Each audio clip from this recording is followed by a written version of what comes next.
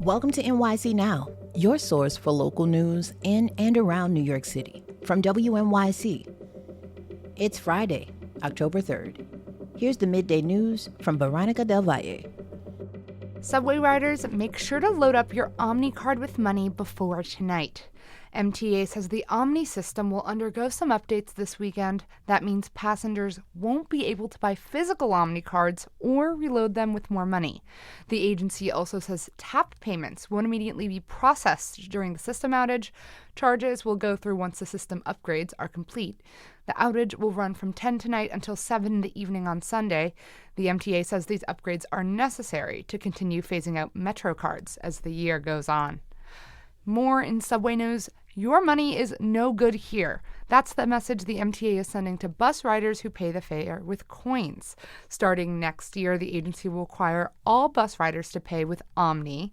They can use smartphones, credit cards, or a special OMNY card that can be reloaded with cash at a Subway vending machine or select retailers. But if you show up with a fistful of change, you'll be out of luck. 81-year-old Joanne Gianquinto says it's not fair for older New Yorkers. My concern about the machine is senior citizens probably save coins because we're so strapped for money, and they use their coins when they get on the bus. I see them. The decision to get rid of the charge is part of the MTA's latest fare hike, which raises the cost of subway and bus rides to an even $3.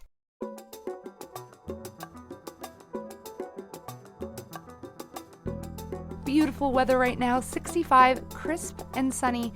Today, it's still going to get a little warmer, a high of 72 degrees with some calm winds. Tonight, clear and colder, lows around 59. Over the weekend, nice and warm during the days, sunny with a high around 81, light wind and colder at night.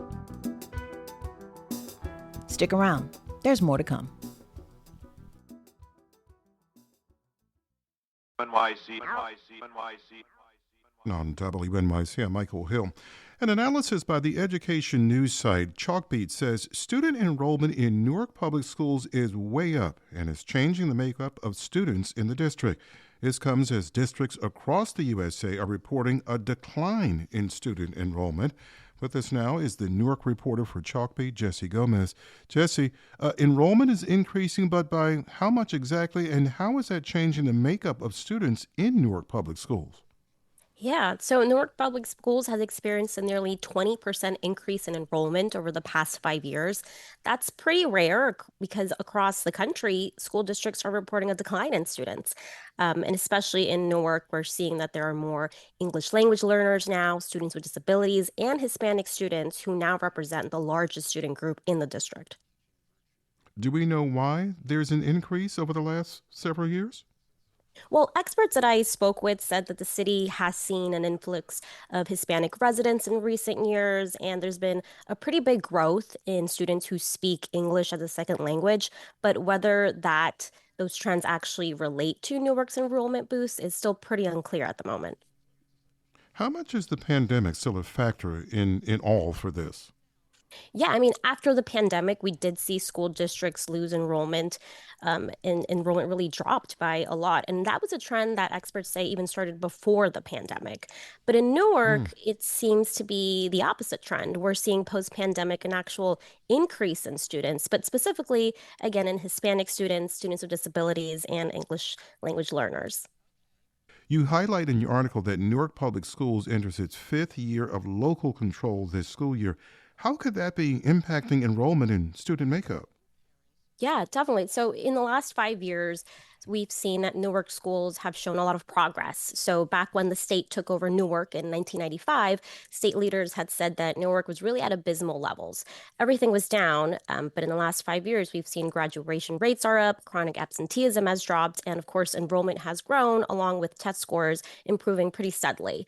Now, what's important here is as enrollment grows, that also means that there are more needs of students. And so the district is responsible for setting up the proper systems to make sure all of its students have the right support that they need.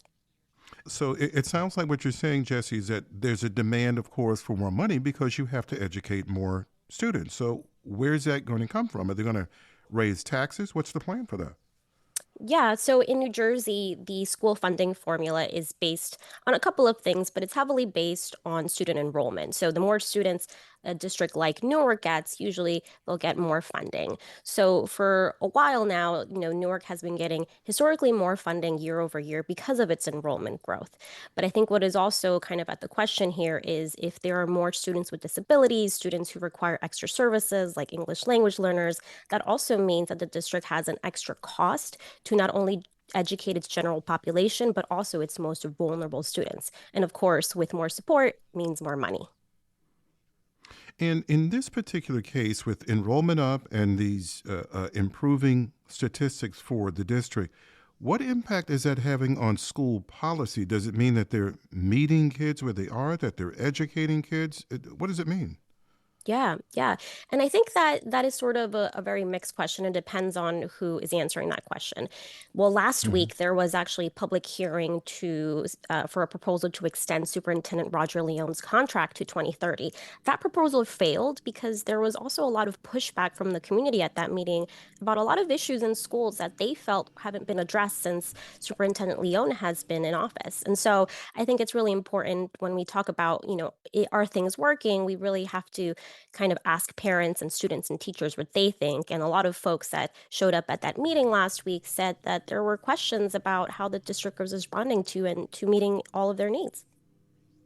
Our guest has been Jessie Gomez, Newark reporter for the education news site Chalkbeat. Jessie, thank you. Thank you so much, Michael. Thanks for listening. This is NYC Now from WNYC. Catch us every weekday, 3 times a day for your top news headlines and occasional deep dives. And subscribe wherever you get your podcasts. More soon